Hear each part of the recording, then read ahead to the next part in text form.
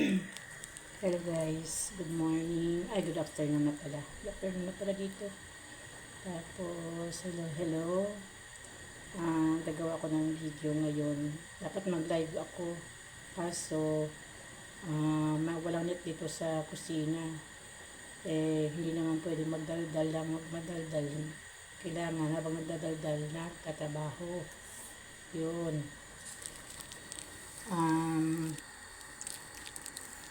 Ang video na to, pasensya na guys ha. Sige lang ako dahil basta maggagawin na ako, maglilinis ako ng kusina. Pero share ko pa rin tong video na to. Share ko lang sa mga kagaya ko na OFW. Kasi marami na ako nakikitang video na ng mga OFW na mga baguhan. Karamihan sa kanila kung marami talagang hindi sinuwerte, marami din naman ang sinuwerte. Kaya ko masasabing sinuwerte din, pero syempre kahit maswerte ka, may hirap din talaga. Hindi rin biro ang luha ko dito. Sa 6 na taon ko dito, o mahigit na, malapit na mag-7. Hindi biro ang pinagdaanan kahit maswerte ako sa amo ko. Siyempre sa trabaho, sa kalakaran dito, mararanasan mo talaga ang hirap ang kalakaran dito. Kagaya niyan, marami ang sumusuko kasi daw bakit ganon, minsan na lang ang kain sa isang araw, tapos ang tulog. Guys, nag-abroad tayo, wala tayo sa Pinas. Pero kahit naman sa Pinas, marami din namang salbahing amo. Diba? Kasi ako sa Pinas, ilang taon din ako magtrabaho ng manuhan.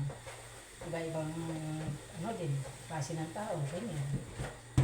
Tapos, dito kasi, unang-una dito kasi, pakisama guys.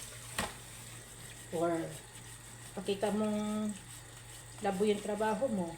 Kasi nga sabi nila, kapag love mo yung trabaho mo, mamahalin ka rin ang trabaho. Ganon. Pero depende kasi, meron din naman talaga na kahit gaano kaluya ka sa trabaho mo or kahit gaano mo ginagawa ang tama trabaho mo, ay yung mga amo talaga na mapaghanap or mga amo talaga na hindi maintindihan. Pero laban na, huwag susuko, basta kasama si God. Ganyan. Share ko lang yung ang ating experience dito sa loob ng mahigit 6 na taon. Unang dating ako dito, syempre hirap, hindi ako marunong Arabic. Syempre, sa trabaho, wala namang problema. Sa pagsasalita lang. Kaya, baga, hindi rin marunong mag-English ang mga amo ko nun. Lalo na yung amo kong babae. Di hirap. Syempre ako, marunong din ako mag-English, pero syempre kahit hirap pa din. Kakaintindi, pero hirap magsalita. Syempre, ano lang ba naman natapos ko? Second year high school lang naman. Diba? Pero, awa ni Lord, tumagal din ako. And then, sa umpisa, hirap. Pakisama, tapos mga bata, ang kukulit pa, mga maliliit pa. 1 taon pa lang yung sinundan ng bunso ngayon. Nung dumating ako dito, tapos 4 sila. Ang kukulit, ang kakarot, ang lilipot, mga hyper, Diyos mio. Ang isang bata siguro katumbas na 10 bata dyan sa atin. Pero, malalambing sila. Kaya, baga,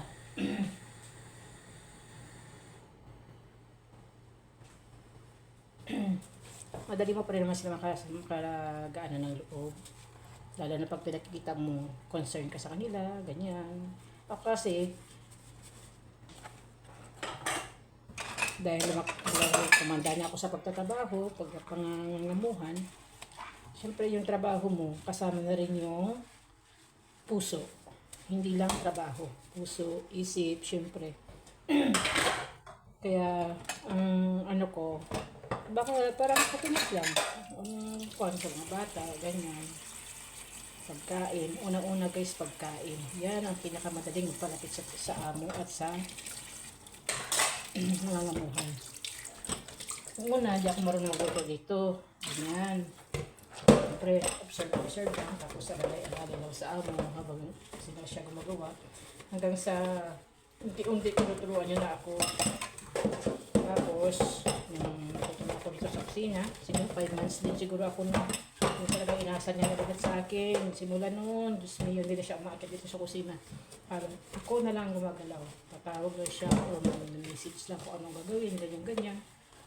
Nangungopia ng video, tapos papasa sa akin. Yun.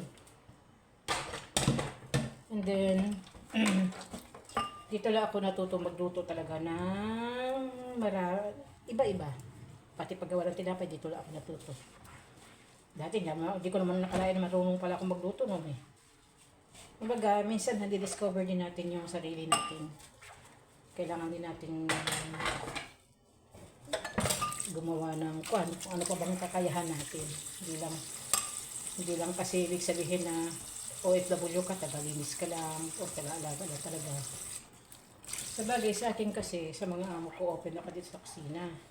Tapos, open ako gumawa ng pagkain. Tapos pag nagustuhan nila, yun. Ang nakakatawa lang kasi pag nagugustuhan nila, proud sila, binibidyohan ka agad, pinapasa sa mga anak, ganyan-ganyan.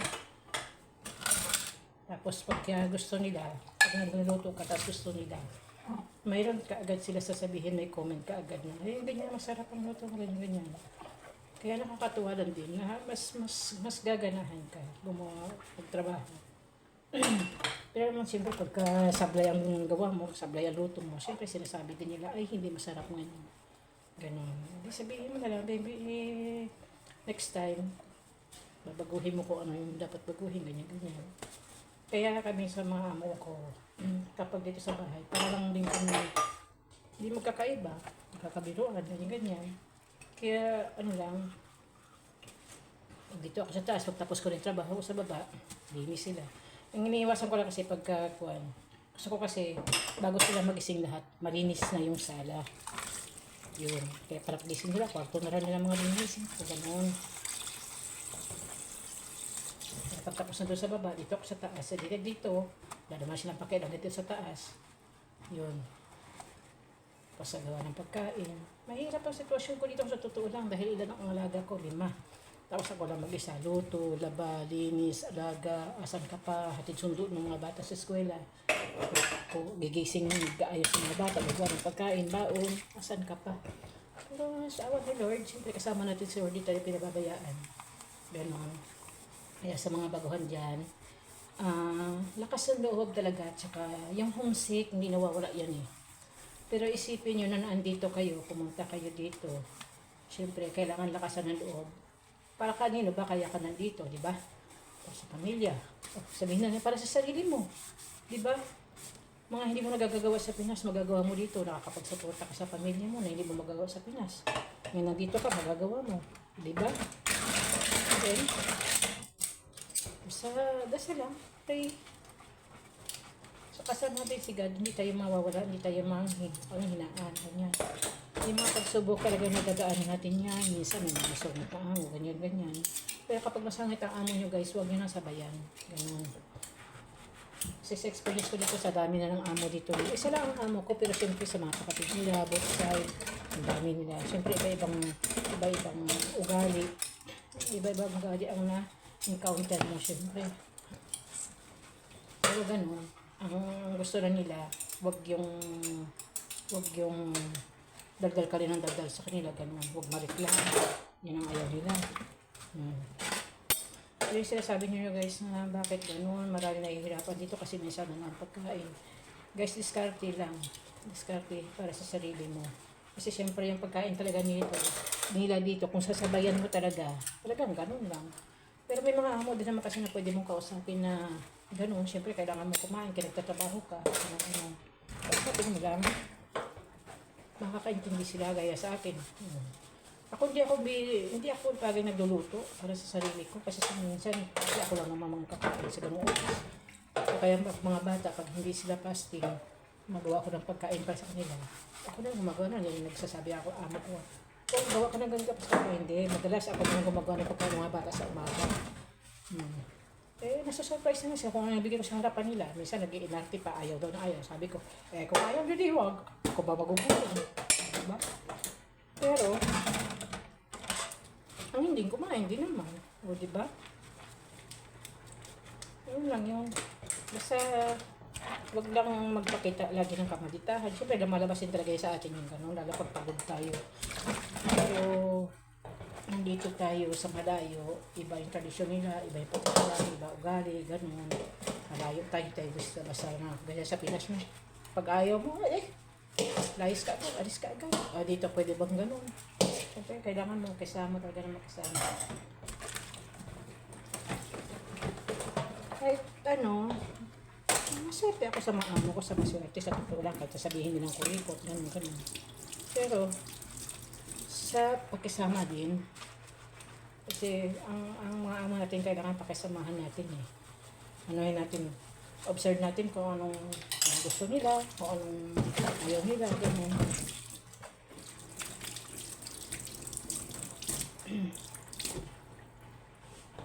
Mas minsan nagsasuggest tayo, medyo ganun sa kanila. Tapos sila nagtatanong, ano ba dapat? Sila.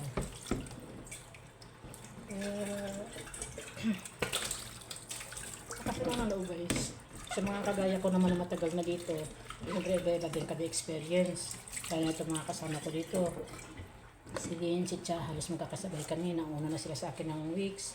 Si Cha, 3 months ata. Si Lynn, 2 weeks, ganyan. Pero halos magkakasabay kami. Ganyan. Ganyan din kami. Laban lang. Pray to God. Nakasan ng loob. Ang homesick. Dumadaan yan. Sa totoo lang, dumadaan yan. Pero kailangan natin labanan. Diba? Mas madali natin labanan kapag kasama natin ang cat. Tapos, siyempre, nandito ka. Isipin mo na, bakit ka nag-abroad? Kailangan mo kumita ng pera. Madalas, kailangan mo lumayo. Ako, dalawang bagay ang dahilan ko kaya ako nag-abroad. Una, kailangan ko kumita ng malaki. Para kahit paano makatulong ako sa mga anak ko. At makatulong sa nanay ko. At sa sarili ko, syempre. And then, para makalayo. Bakit? May mga tao tayo, may mga bagay tayong dapat iwanan at iwasan na hindi natin maiiwasan hanggat tayo lumalayo. Ganun. Kasi kapag habang nandyan ka, habang nakikita mo, parang mas lalo ka lang nahihirapan. Ganun.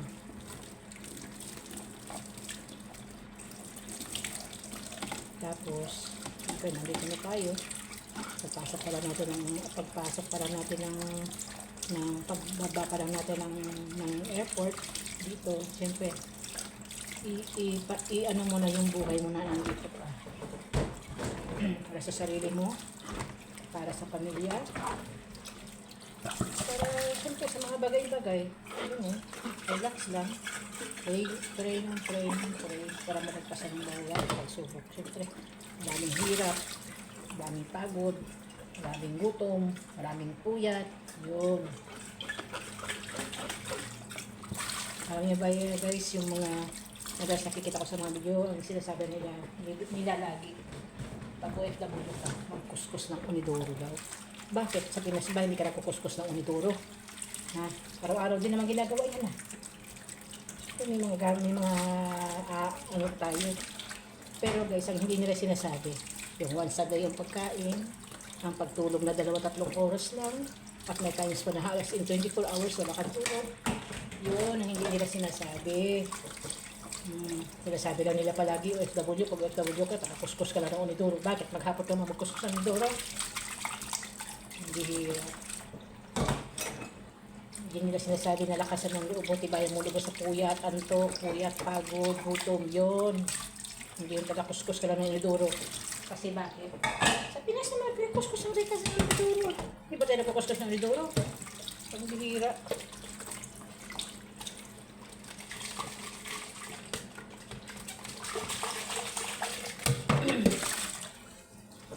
Guys, balikan ko yung aking niluluto. Ako'y gumagawa ng jelis para sa pagkain ng mga bata mamaya. Okay, sila no. Ubusan na ng tubig kakadaldal ko.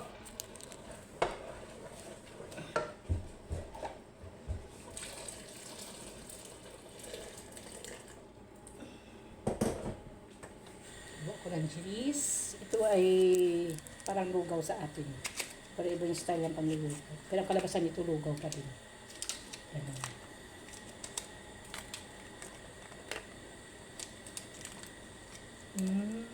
Ayan guys, masyado na akong marami nadaldal.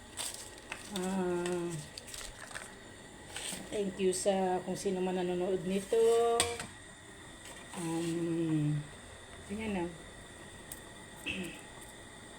Nakasala na noo. Pray to God. Ganyan. Enjoy life dito. Ganyan, ganyan. Siyempre, yun talaga number one. Dasal. Basta sigit kasama natin. Di tayo pababayaan. Di tayo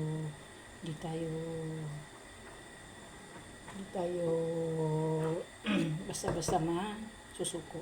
Sa laban lang. Huwag susuko. Yun lang. Diba? Bye guys.